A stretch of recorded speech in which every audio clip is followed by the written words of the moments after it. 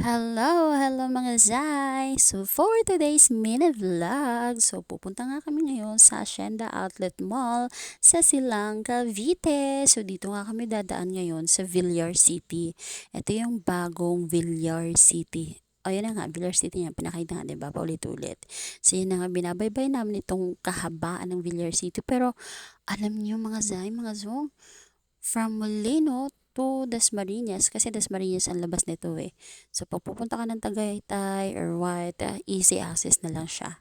Ayun. So, yun na nga. From Molino to Dasmariñas, inabot lang kami ng 6 minutes. Akalain niyo yun at hindi namin dinaanan yung traffic. So, eto na nga, nakita nyo naman, ang lakas ng ulan pagdating sa Dasma.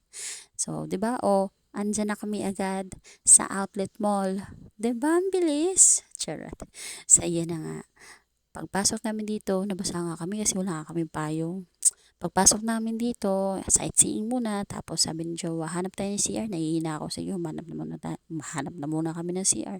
So nakapasok nga kami sa Adidas, from CR to Adidas, ganon.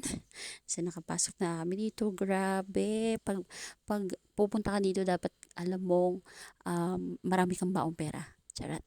So ito na nga na gusto ni Jowa. Ah, grabe sa presyo girl. So ito nga yung mga iba't ibang designs nila.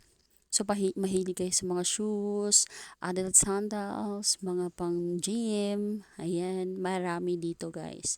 As in, kayo na lang ang magsawa. So, gusto ko rin to. Ito, ayan. Gusto rin ni Jowa para sa akin. Sure.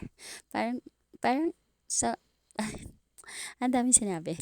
Sa ito rin. Gusto ko rin to. Cute. Yan. Pero mas like ko to. Yan. So, okay na daw. Gora.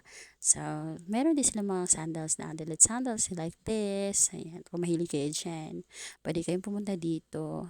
And this. Diba? Oh, pack. Ang dami. So, meron din sila mga pambata. Any designs. Ayan. So, ito, babalikan ko to. Ang ganda-ganda nito, no? Pang ano yung exercise, pang gym. Charot. Yun lang. Bye!